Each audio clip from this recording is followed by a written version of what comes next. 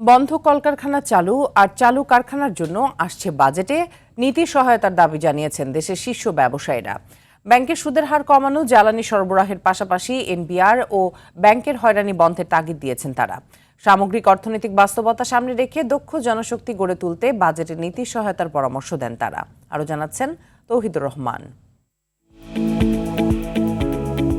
দেশের শিল্প কলকারখানা সহ সামগ্রিক অর্থনৈতিক কর্মকাণ্ডের অন্তত ৮০%-এরও বেশি ব্যক্তি খাতের বা বেসরকারি উদ্যোক্তাদের অবদান। এ কারণেই তৈরি পোশাক, ওষুধ, কৃষি ও কৃষি প্রক্রিয়াজাত শিল্প সহ প্লাস্টিক ও চামড়াজাত শিল্প দেশের অর্থনীতির চালিকা শক্তি হিসেবে ভূমিকা রেখে যাচ্ছে। সম্ভাবনা রয়েছে ই কমার্স শিল্প সহ বেশ কিছু উদীয়মান খাতের। কিন্তু বিশ্বব্যাপী তেল, গ্যাস সহ সব ধরনের জ্বালানির সংকট এবং উচ্চমূল্যের উৎপাদন খরচ লাগামহীনের প্রভাবে মূল্যস্ফীতিও নিয়ন্ত্রণে আসছে না।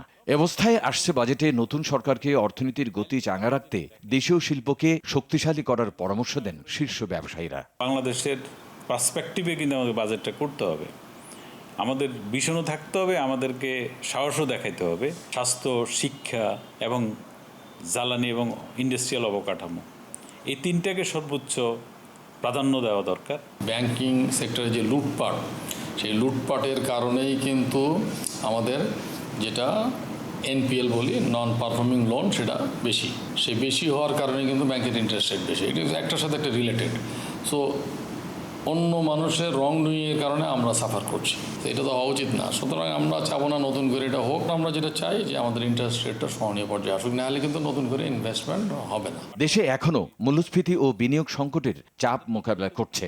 রপ্তানির অবস্থাও নেতিবাচক। তাই বাজেটে সামগ্রিক অর্থনীতির কল্যাণে নীতি সহায়তার পরামর্শ দেন ব্যবসায়ীরা। আশা করেন হয়রানিমুক্ত ব্যবসার পরিবেশ সৃষ্টির বিষয়েও এনবিআর এর ক্যাপাসিটি বিল্ড আপটা খুবই প্রয়োজন।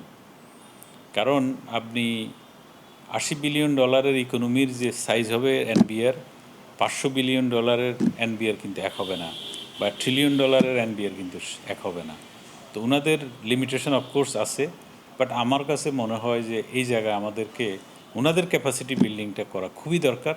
তাইলে ওনারা কিন্তু কালেকশনটা আরও বাড়াতে পারে। বন্ধ কলকারখানাগুলো চালু করে কর্মসংস্থানের ব্যবস্থা করা, অর্থনৈতিকভাবে স্বাবলম্বী করার জন্য ইনকাম জেনারেটিং নতুন নতুন কিছু কর্মক্ষেত্র তৈরি করা, কৃষিখাতকে গুরুত্ব দেয়া। আর আমাদের আভ্যন্তরীণ যে কাঁচামাল নির্ভর যে ইন্ডাস্ট্রি, এটাতে বেশি জোর দেওয়া লাগবে। কারণ আমদানি নির্ভর পণ্যের উপর ভিত্তি করে আমরা বেশি দিন এগুতে পারবো না। দেশীয় জ্বালানি অর্থনীতিতে কাজে লাগানো গেলে সামগ্রিক উৎপাদন ও কর্মসংস্থান বাড়বে বলে আশা শীর্ষ ব্যবসায়ীদের। তৌহিদুর রহমান, RTV, ঢাকা।